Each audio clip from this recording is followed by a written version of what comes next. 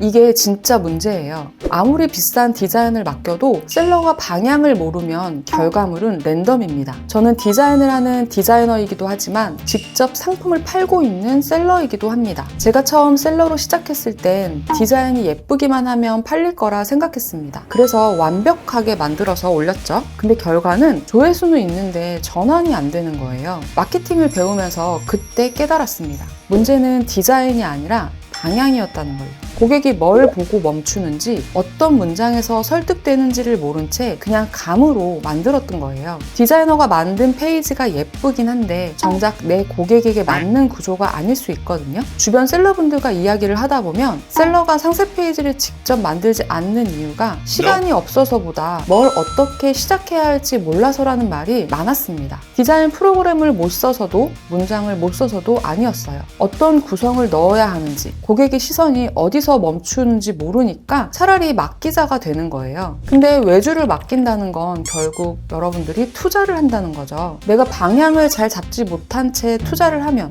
어떻게 될까요? 그냥 외주비만 날아가는 게 아니죠. 매출까지 같이 떨어지는 일이 발생하기도 합니다. 셀러가 디자인은 못해도 괜찮아요. 하지만 판매 방향을 모르면 상세 페이지는 절대 제대로 나올 수 없습니다. 그래서 상세 페이지를 맡길 때 셀러분들이 반드시 해야 할 일은 방향과 기준을 제시하는 겁니다. 예를 들어 우리는 감성보다 정보 중심이에요. 고객은 50대 이상이라 글씨 크기랑 톤을 좀 조정해주세요. 첫 장에는 공간보다는 혜택을 강조해주세요. 이런 기준을 제시하면 디자이너는 그 틀 안에서 훨씬 빠르고 정확하게 만들 수 있습니다. 저도 클라이언트 작업을 할 때 이런 기준이 명확한 분들이 결과도 좋았습니다. 결국 맡기든 직접 하든 셀러는 디자인보다 의사결정을 해야 해요. 그리고 그 결정의 기준을 만드는 것이 바로 기획력입니다. 물론 직접 만드는 것도 분명한 장점이 있습니다. 첫 번째, 고객 반응을 바로 느낄 수 있습니다. A/B 테스트 등을 다양하게 진행해서 빠른 대응이 가능하겠죠. 두 번째, 제품에 대한 이해가 가장 높아요. 제품의 소구점, 표현 등을 제대로 표현했는지 확인을 하고 필요에 따라 수정도 할 수 있습니다.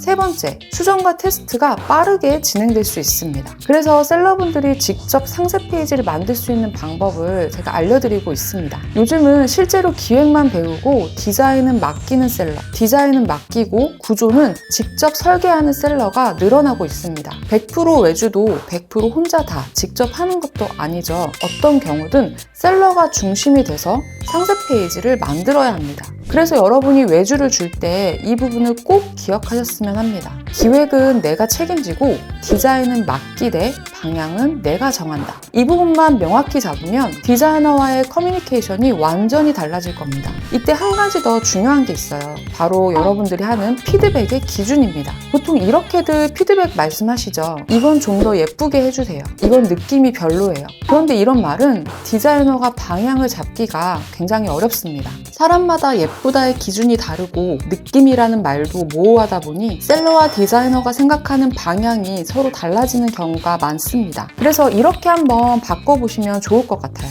고객이 한눈에 이해할 수 있는 짧은 문장으로 바꿔주세요. 조금은 덜 감정적으로, 제품 중심으로 바꿔주세요. 이렇게 피드백을 하면 결과물이 완전히 달라질 겁니다. 저도 실제로 이런 피드백을 받을 때가 제일 빠르게 방향을 잡았어요. 시간도 줄고 결과물도 훨씬 좋아집니다. 저는 디자인을 판매하면서 동시에 제 상품 상세 페이지도 직접 만들고 있는데요. 그 과정에서 정말 확실히 느꼈습니다. 팔리는 상세 페이지는 감이 아니라 구조라는 걸요.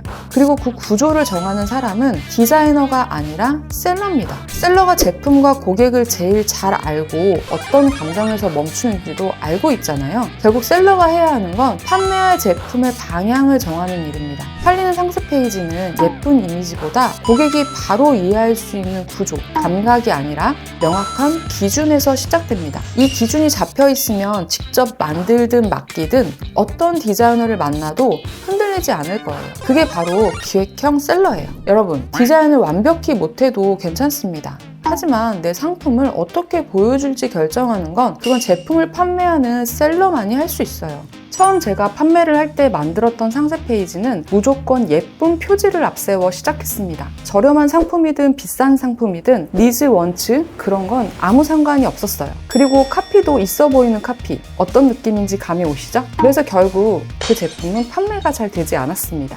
그래서 여러분들은 누구에게 어떻게 판매할지 기준을 갖고 계셔야 합니다. 이 기획 부분에서 방향성을 잘 잡게 되면 페이지는 예쁜데 왜 조회수 대비 전환이 안 될까? 왜 매출이 안 나오지? 이 색감이 내 고객 연령과 맞는 걸까? 이런 고민들에 대해서 스스로 해결책을 갖게 됩니다. 그렇게 되면 자신감까지 상승하고 그 자신감이 더 좋은 방향으로 이끄는 선순환을 만들게 될 거예요. 오늘 제가 말씀드리고 싶었던 핵심은 바로 이겁니다. 디자인은 맡겨도 방향은 맡기지 말자. 이제 확실히 이해되셨죠? 상세 페이지 외주를 맡긴다는 건 디자인을 맡기는 게 아닙니다. 내가 생각한 판매 구조를 더 잘 강화해 줄 수 있도록 맡기는 거예요. 매출을 폭발적으로 일으키고 싶은 여러분, 한번 여쭤보겠습니다. 외주 맡기실 때 어떤 기준으로 맡기고 계신가요? 오늘은 내 상품을 앞으로 어떤 방향으로 가져가고 싶은지 차분히 점검해보는 시간을 가져보시면 좋을 것 같습니다. 그럼 오늘 영상이 도움이 되셨다면 구독과 좋아요 눌러주시고요. 여러분의 페이지가